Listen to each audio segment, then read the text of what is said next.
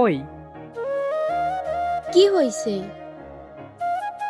I love you. থাপ্পড় চিনোস? কেন, দিবি নাকি? হ্যাঁ দিব। দে তাহলে। বেহায়া হি হি হি। কুত্তা। ভালোবাসি। যা ভাগ। তোকে নিয়ে ভাগি? হুর। আমাকে ভালোবাসতে তোর সমস্যা কই? জানি না। বল না। ভালোবাসতে হলে একটা ফিলিংস লাগে, ফিল করতে হয়, কিন্তু তোর জন্য আমার ওটা হয় না। ওহ। চল বাসায় যাব। চল। তারপর বাসায় আসলাম। ওহ, এতক্ষণ তো আপনাদের আমার পরিচয় দেওয়া হয়নি। আমি তানভীর, এবার ইন্টার প্রথম বর্ষ, বাবা মায়ের একমাত্র সন্তান। আর যার সাথে এতক্ষণ কথা হলো সে হচ্ছে ঋতু। পুরো নাম নাইমা ইসলাম ঋতু। নামটা যেমন সুন্দর তেমনি মেয়েটাও দেখতে মাশাল্লাহ। ছোট থেকে আমরা দুজনে একসাথে বড় হয়েছি। ওর আর আমার বাসা একসাথেই, মানে পাশাপাশি। অনেক পরিচয় দিলাম, এবার ফ্রেশ হয়নি। তারপর ফ্রেশ হয়ে দিলাম এক ঘুম। রাতে ফেসবুকে গেলাম, দেখি ঋতু অনলাইনে, তাই নক করলাম। কিরে পেতনি, কি করিস? কিছু না রে পেত্তর। কাল কলেজে যাবি না? যাব। তুই হুম। কিছু বলবি নাকি? ভালোবাসি গো তোমাকে। তুমি কেন সেটা বোঝো না? বারবার বলার পরও তুমি কেন মানতে রাজি না? তোমার এই অবহেলায় পুড়ে যাচ্ছে আমি, পুড়ে যাচ্ছে আমার মন। নিঃসঙ্গতার মাঝে আমি একলা রয়েছি এখন। আহারে বেচারা। বল না ভালোবাসিস। তোকে কতবার বলবো ভালোবাসি না তোকে। কিন্তু আমি যে বাসি। আমি বাসি না। বাই। বলেই অফলাইন হয়ে গেল মেয়েটা। আমি ভাবতে লাগলাম, সেই ছোটবেলায় যখন আমরা বড় খেলতাম, কত মজা করতাম, একজন আরেকজনকে ছাড়া থাকতে পারতাম না। তখনকার দিনগুলোই ভালো ছিল। যখন একটু বড় হলাম, স্কুলে গেলাম, বুঝতে শিখলাম, তখন থেকেই ঋতুর জন্য এক আলাদা রকমের অনুভূতি হতো। হয়তো সেটা ভালোবাসা, তবে সেটা যে ভালোবাসা সেটা হাই স্কুলে এসে বুঝলাম। তখন থেকেই ঋতুকে ভালোবাসি কথাটা বলে আসতেছি, কিন্তু মেয়েটা এখনও আমাকে ভালোবাসে না। এতদিন যদি আমি অন্য কোনো মেয়ের পেছনে ঘুরতাম, তাহলে শুধু মেয়ে না, মেয়ের পুরা ফ্যামিলি রাজি হয়ে যেত। কিন্তু এই মেয়ে রাজি হয় না। কখনো কখনো তো মনে হয় খামাখা শুধু মেয়েটার পিছনে ঘুরতেছি, কিন্তু পরক্ষণেই আবার মনে হয় ভালোবাসি তো মেয়েটাকে। এইসব ভাবতে ভাবতে কখন যে ঘুমিয়ে পড়লাম বুঝতেই পারিনি। সকালে আম্মুর ডাকে ঘুম ভাঙল। তারপর ফ্রেশ হয়ে নাস্তা করে কলেজে গেলাম। এমনিভাবে চলতে লাগলো আমার জীবন। কিন্তু এখনও ঋতুকে ভালোবাসি কথাটা বলা বাদ দেয়নি। আসলে বুঝি না, মেয়েটা কারোর সাথে রিলেশনও করে না, আবার আমাকেও অ্যাকসেপ্ট করে না। মেয়েদের বোঝা বড় দায়। চলে গেল এভাবে আরও 2 মাস। অবশ্য এই 2 মাসে আমার মধ্যে তো কোনো পার্থক্য হয়নি, তবে ঋতুর মধ্যে অনেকটা হয়েছে। মেয়েটা অনেক বদলে গেছে। এখন ওর সাথে কথা বললে একটুতে রেগে যায়, নানা রকমভাবে অপমান করে, ফোন করলে রিসিভ করে না, মেসেজ করলে সিন করে না, ইত্যাদি। তার এই বদলে যাওয়াটা আমাকে অনেক কষ্ট দেয়, তবে কিছু বলতে পারি না তাকে, কারণ ভালোবাসি যে মেয়েটাকে। পরের দিন কলেজে গেলাম, কিন্তু কলেজে আসার সময় শুনলাম ঋতু নাকি আগেই কলেজে আসছে। অবশ্য নতুন করে না, এটা 2 মাস থেকেই হচ্ছে।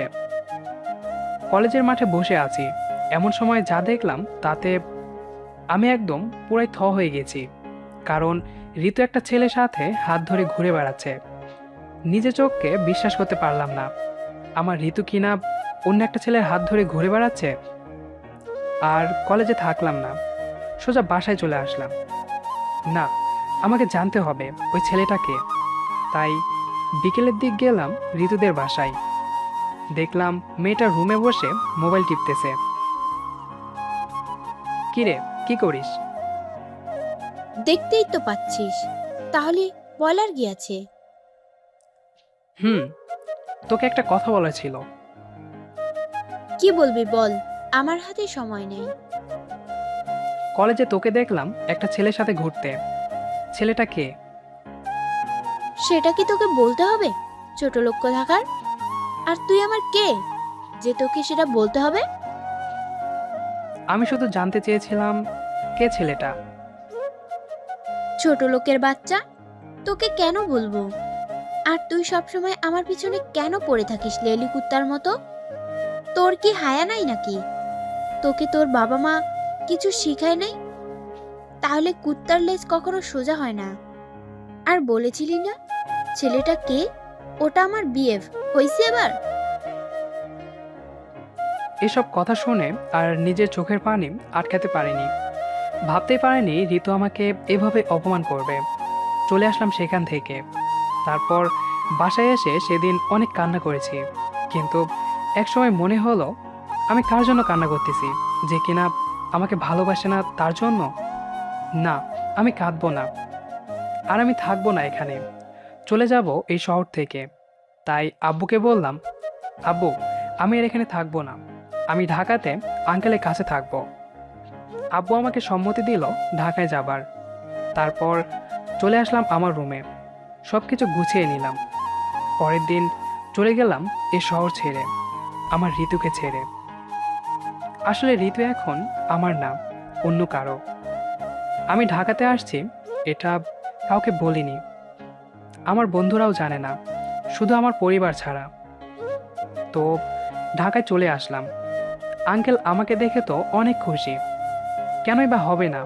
আমি তো একমাত্র ছেলে আমাদের বংশের। আর আঙ্কেলের তো কোনো ছেলে মেয়ে হয়নি। শুনেছি এক অসুখ হয়েছিল আন্টির, যার ফলেই আজ এমন। তারপর আঙ্কেল আমাকে এক কলেজে অ্যাডমিশন নিয়ে দিল। আমিও ভুলতে লাগলাম সব। আমার সিম চেঞ্জ করলাম, সবখানেই ঋতুকে ব্লক করলাম। আমার নাম্বার শুধু আমার পরিবার ছাড়া কাউকে দেইনি। 3 বছর পর, আজ অনেক দিন পর বাসায় যাচ্ছি। অবশ্য আমার যেতে ইচ্ছে করছিল না, তবে আঙ্কেল অনেক করে বললেন, তাই যাচ্ছি সেই চিরচেনা শহরে। এই 3 বছরে আমি ঋতুকে প্রায় ভুলে গেছি। এখন আর তার কথা তেমন মনে পড়ে না। আমি এখন অনেকটাই বদলে গেছি। সেখান থেকে চলে আসার পর শুধু পড়াশোনায় মন দিয়েছিলাম, যার ফলে অনেক ভালো রেজাল্ট করেছি। তার সাথে ভালো একটা ভার্সিটিতেও সুযোগ পেয়েছি। সব থেকে বড় কথা হলো যে ভার্সিটিতে আমি সুযোগ পেয়েছি সেটা আমাদের শহরেই, মানে আঙ্কেলদের বাসা থেকে কিছু দূর দূরেই। এসব ভাবতে ভাবতে কখন যে আমার গন্তব্যস্থানে এসে পড়েছি সেটা মনে নেই।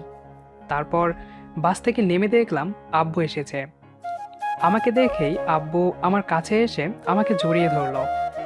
তারপর বাসায় আসলাম। আমাকে দেখে তো আম্মু কেঁদেই দিয়েছিল।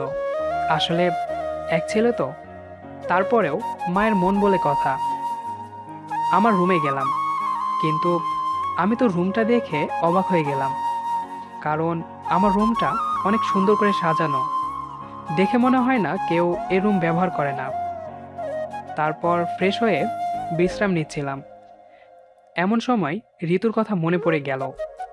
পরে আবার ভাবলাম হয়তো এতদিনে মেয়েটার বিয়ে হয়ে গেছে, তাই আর বেশি কিছু ভাবলাম না।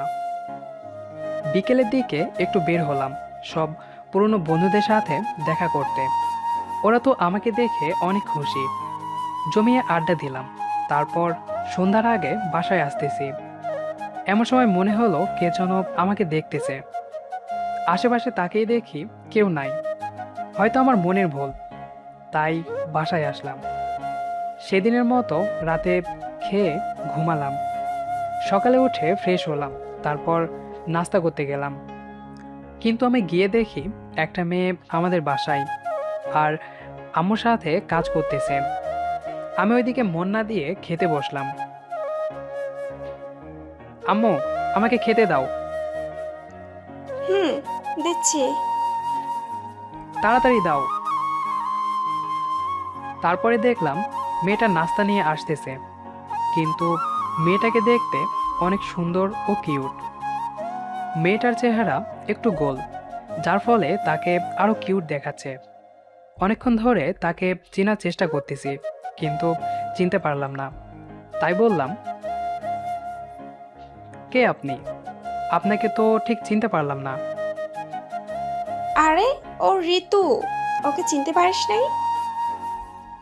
ওহ, তো কি খবর রে তোর? ভালো। তোর কি খবর? ভালোই। তো বিয়েটে করেছিস নাকি? ধুর, বিয়ে এখনো করি নাই। ওহ। তারপর আর কোনো কথা হয়নি। আমি খেয়ে চলে আসলাম আমার রুমে। চলে গেল 1 সপ্তাহ।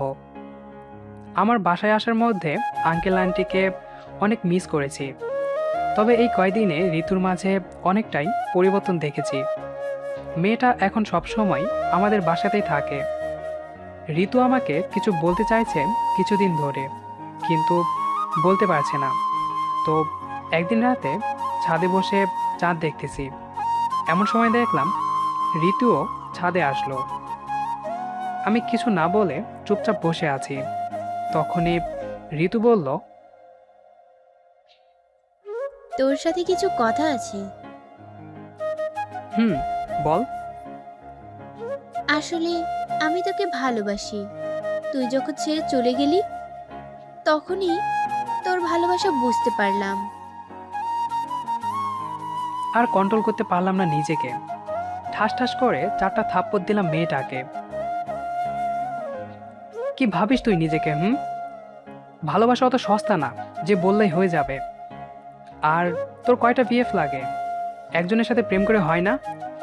লুচ্চা মেয়ে কোথাকার। বলেই ছাদ থেকে চলে আসলাম।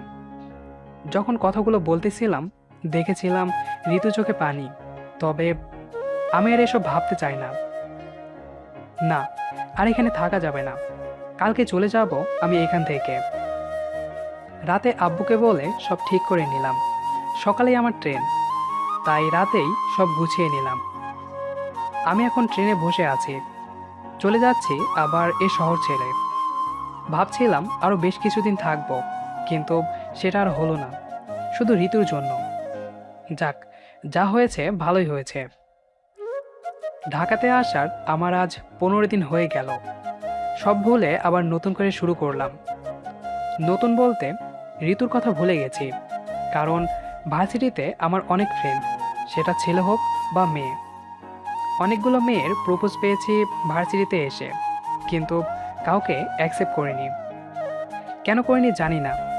হয়তো আজও আমার মনে ঋতুর জন্য জায়গা আছে। একদিন ভার্সিটি থেকে বাসায় আসতেছি, এমন সময় একটা মেয়েকে দেখলাম। পরে বুঝতে পারলাম, আরে ওটা তো ঋতু। কিন্তু ঋতু এখানে এসে কি করবে? হয়তো অন্য কাউকে দেখেছি ঋতুর মতো। বাসায় এসে যখন ভেতরে প্রবেশ করব, তখন তো আমি পুরাই অবাক। ঋতু, তাও আবার এখানে? তখনই আন্টি বললেন, দেখ, তোর ছোটবেলার সাথী এসেছে। আমি বললাম, সেটা ছোটবেলায় ছিল, এখন না। বলেই আমার রুমে আসলাম। পরে অবশ্য জানতে পারলাম যে ঋতু এখানে নাকি কিছুদিনের জন্য বেড়াতে এসেছে। আমি অবশ্য যতদূর পারি ওর থেকে দূরে দূরে থাকি। বেশ কয়েকদিন হয়ে গেল মেয়েটা এখানে আসার। রাতে একদিন ছাদে বসে কানে হেডফোন দিয়ে গান শুনতেছি। বুঝতে পারলাম কে যেন ছাদে আসলো। সেদিকে লক্ষ্য না করে আমি মনের সুখে গান শুনতেছি। হঠাৎ কে যেন আমার হেডফোনটা খুলে নিল। ঘুরে দেখি ঋতু। রাগটা এবার আর ধরে রাখতে পারলাম না।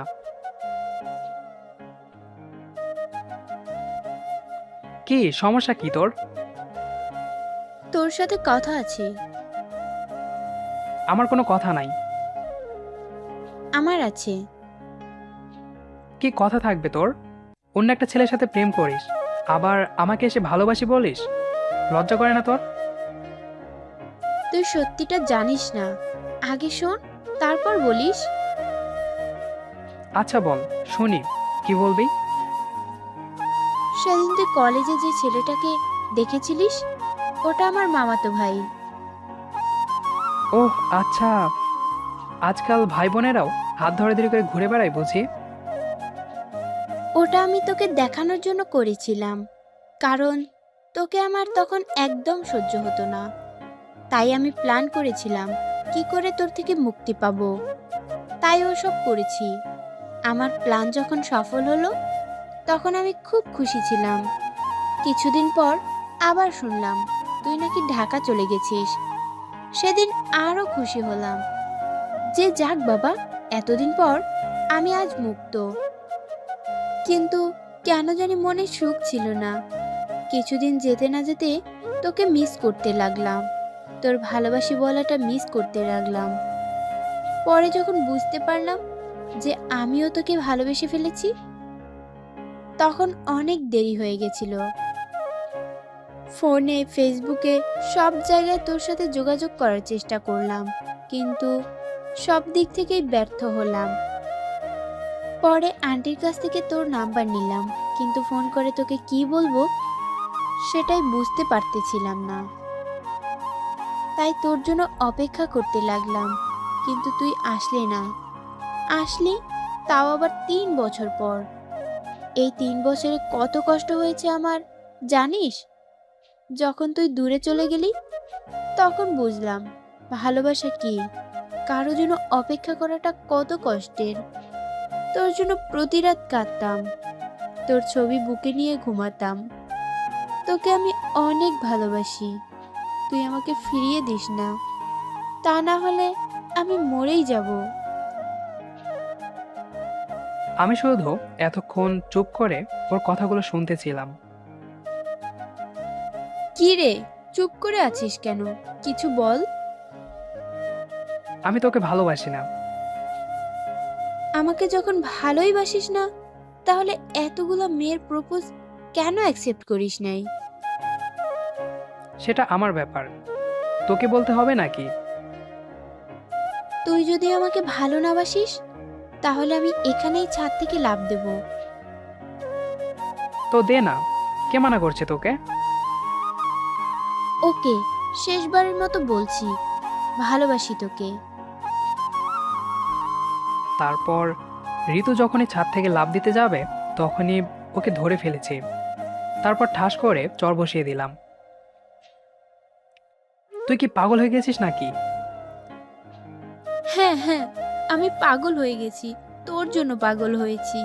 কেন আটকাতে গেলি তুই আমাকে? তুই চলে গেলে আমার কি হতো একবার ভেবে দেখেছিস? উহ, ভালোবাসি পাগল তোকে। হুম, আমিও ভালোবাসি এই পাগলিটাকে। তাহলে এত কষ্ট দিলি কেন? তুই বুঝি দিস নাই? আর দেব না। আমিও দিব না, এবার শুধু ভালোবাসবো। এবার থেকে শুধু তুমি, কোনো তুই না। ওকে ওকে।